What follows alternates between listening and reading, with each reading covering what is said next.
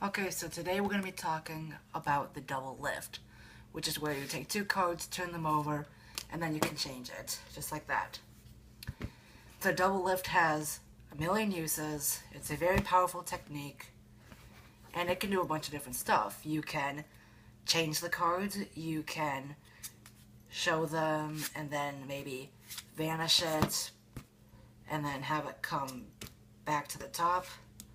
And that all uses a double lift. Or if you pair it with a double backer, they can like sign the card or something. I lost the card.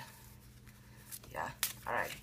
And they can sign it, and then you'd use the thing about the double backer is it allows you to show the card and they can inspect it and see that it's one card. But you don't need to use a double backer every time you do the double lift. Sometimes you won't need to. But let's talk about the best ways to do the double lift. Now there's a couple of different methods. You just pick the one that works for you and for your deck. And what I mean by that is some you'll be more comfortable with and some the deck will let you do. Every deck is made differently. Some, it's the way they put the finish on it that determines how good it is at keeping the two cards together. And you'll have to try with different double lifts to see which one works best. The one I just showed you is called a strike double lift, where you just hit the side of the card until you have two. And the best way to do that is to angle the cards. And then you can turn it back over, and then change it. And that's just done by using your thumb to push the cards just so that they're a little angled right there, and then you can just hit two of them and turn them over. And this is probably one of the more difficult ones, but it is the most natural because you're just taking the cards and changing it. But the one I like to use is a pinch change. I don't know the actual name for it, but this is just what I use. You just riffle with your thumb until you have two cards, pinch them and turn them over and place them back down, and then square it up, of course. You always want to square up and keep a break. And this is just the best way to do it for me. And you can change it. That's just, again, just done by riffling the cards until you have two, with your thumb, pinching and turning over. Now you gotta be careful with this one. If you pinch too hard, you'll separate them. If you don't pinch hard enough, they'll fall. You gotta find the right balance, how much pressure you use, and you gotta go kind of fast.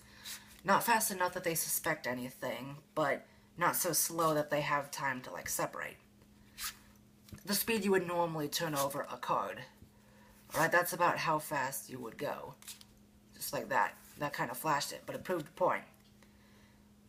You want to go fast enough that they won't really catch that. You turn it over, square it up, and then you change it. And if people accuse you of doing double lift, just ignore it. There's ways to deal with people that try to figure out the tricks. There's ways to get them on your side or get them to leave your group alone. And we'll talk about that because they can be quite a disturbance to the tricks. And one of the ways is just to practice so that you won't have anything to be accused of. You just keep practicing until you get it down, and then it'll become natural for you. Especially the double lift. You'll have to, the more you practice, you'll be able to start to tell when you have it and when you don't. And it'll just something that comes natural.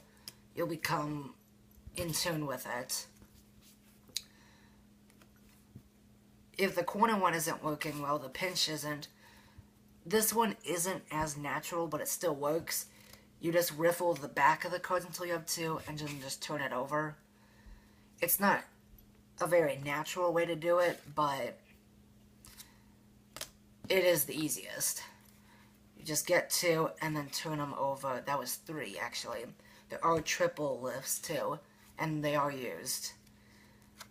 But you just riffle until you have two. And once you set it, it's very important that once it's turned over, you keep a break. Because if you're going to turn it over this way, you need to make sure how you turn it back over is as natural as possible. Because if you turn them over this way, both times, then they might see that it's a double lift. So it's really important that after you turn it over, you keep that break and then turn it over. And there's even ways to do double lift setups. You can use a thumb count where you just count 1, 2 cards, just like that. There's actually 3. And then just turn them over.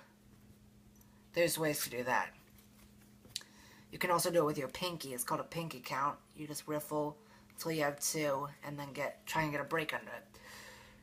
1, 2 cards, and then you have a break, and then you can turn those 2 over, and then you're keeping a pinky break. Or it doesn't matter if you're flashing at this point because they can't really tell that you have 2 cards as long as they're squared up. So it doesn't matter if it's visible from the front, especially because you are going to be holding it out with the face towards the audience like that, so they won't be able to see. And then you just turn it over, just like that.